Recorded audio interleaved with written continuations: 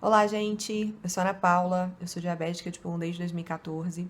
Atualmente eu estou em remissão do diabetes tipo 1 e hoje eu vim falar com vocês sobre um assunto muito importante que é a elevação da glicemia quando nós vamos dormir.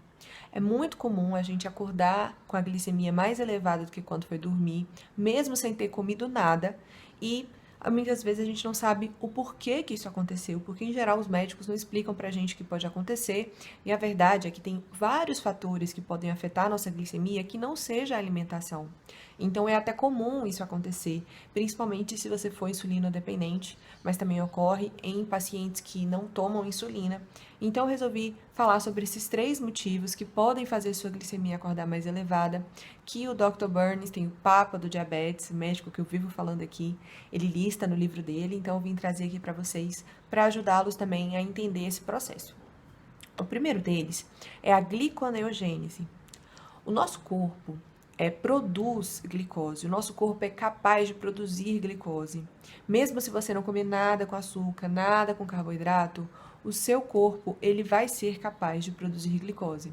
Esse é um dos motivos pelos quais, né, a gente não precisa comer carboidrato, porque o nosso corpo ele é capaz de produzir isso, e isso é um processo do organismo para emergências, né? Então, se a gente fica muito tempo sem comer, então o corpo ele consegue converter os aminoácidos do nosso corpo em glicose. Aminoácidos estão presentes nas proteínas e mesmo se você não comer nada de proteína, o corpo vai começar a usar as suas proteínas do seu músculo, dos seus órgãos vitais para produzir glicose. E esse processo ocorre quando tem pouca insulina no corpo, porque a insulina, o hormônio insulina, além de todas as outras funções dele, também tem essa função de avisar o fígado, que é o órgão responsável por fazer esse processo, a insulina avisa, olha, tem comida aqui, não precisa produzir glicose. Quando a gente não tem insulina o suficiente, o corpo, o fígado não recebe essa mensagem. Então o fígado começa a produzir glicose a partir dos aminoácidos e aí libera essa glicose no seu sangue e isso faz com que a glicemia eleve. Então, se você for diabético tipo 1, que não produz insulina o suficiente, você tem grandes riscos de causar esse problema se você não toma insulina. Então, por isso que o diabético, ele tem que tomar insulina, diabético tipo 1, né? Ele tem que tomar insulina na maioria das vezes, mesmo se ele não come nada, mesmo em jejum, ele precisa produzir um pouco de insulina, que é para avisar o fígado de que não precisa liberar glicose, de que tá tudo bem. Essa deveria ser, inclusive, a função da insulina basal. Depois eu posso fazer um vídeo sobre isso, porque muita gente toma insulina basal errado, né? Então, a insulina basal, ela deveria servir para isso, para manter os órgãos vitais funcionando e para avisar o fígado de que não precisa produzir glicose. E para o diabético tipo 2, isso pode acontecer também, caso ele não produza insulina o suficiente. Então, por isso que o Dr. Bernstein fala que muitas vezes o diabético tipo 2, ele precisa tomar insulina. O que pode ocorrer muito no diabético tipo 2 e no diabético tipo 1 também? Durante a noite, o nosso corpo ele passa por um processo de detox que faz com que a insulina circulante, independente se for insulina injetada ou insulina produzida naturalmente, faz com que essa insulina ela diminua a reação. Então, durante a madrugada, a insulina ela não tem tanta ação quanto durante o dia. Então, por isso também que é comum esse processo de gliconeogênese ocorrer durante a noite. Então, você vai dormir com a glicemia 100, por exemplo, você não comeu nada, já comeu há muito tempo, e acorda com ela 120. Muitas vezes você não sabe o que é. Pode ser que tenha ocorrido esse processo de gliconeogênese.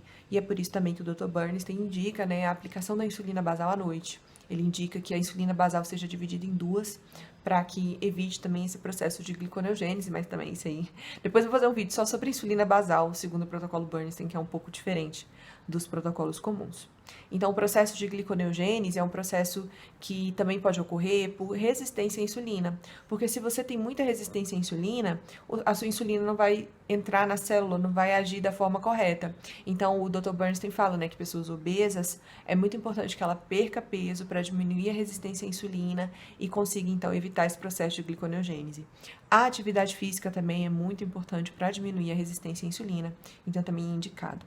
Então, esse é um processo importante, é um processo real e que muitas vezes é necessário o uso da insulina ou o uso de outros medicamentos para diminuir a resistência à insulina, para informar o fígado que não precisa produzir gliconeogênese, não precisa produzir glicose, né, no processo de gliconeogênese. Isso é um fenômeno, né, um processo do nosso corpo que é importante a gente conhecer para saber identificar o que pode estar acontecendo com a gente.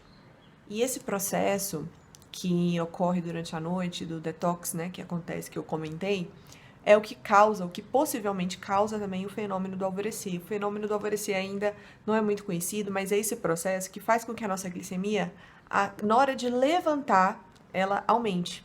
E isso também ocorre provavelmente por conta da falta de insulina no corpo. Então, esse processo de detox durante a madrugada, além do processo de gliconeogênese, junto com os hormônios que são liberados pela manhã, podem fazer subir a glicemia assim que você acorda ou nas primeiras horas da manhã.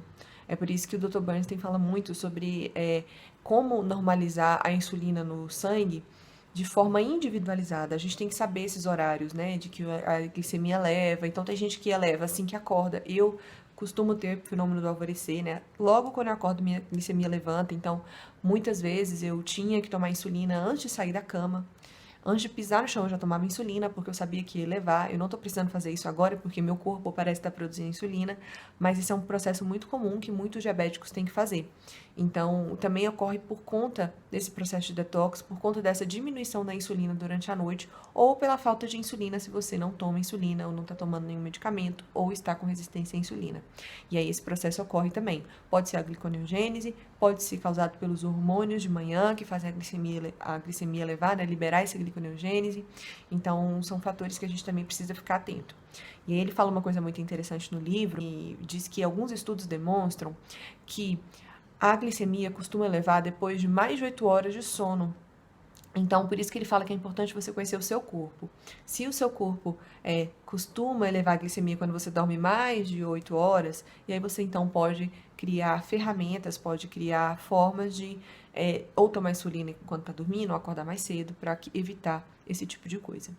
E o terceiro ponto que pode fazer sua glicemia elevar, mesmo sem você comer nada durante a noite, é a gastroparesia, que é também conhecido como fenômeno do estômago preguiçoso, que é uma complicação diabética muito comum, que ocorre com muitas pessoas e muita gente não sabe que tem.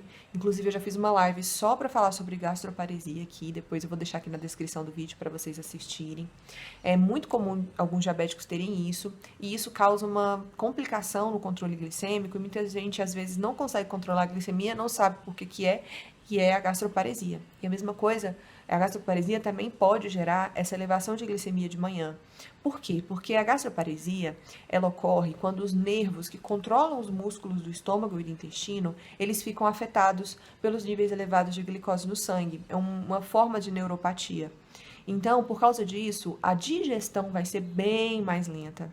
E por conta dessa digestão mais lenta, pode ocorrer de você comer esse alimento, demorar muito a ser digerido, e você já tomou insulina ou não tomou insulina, e aí quando você tá durante a madrugada, o corpo ainda tá digerindo aquilo, e aí acorda com a glicemia elevada.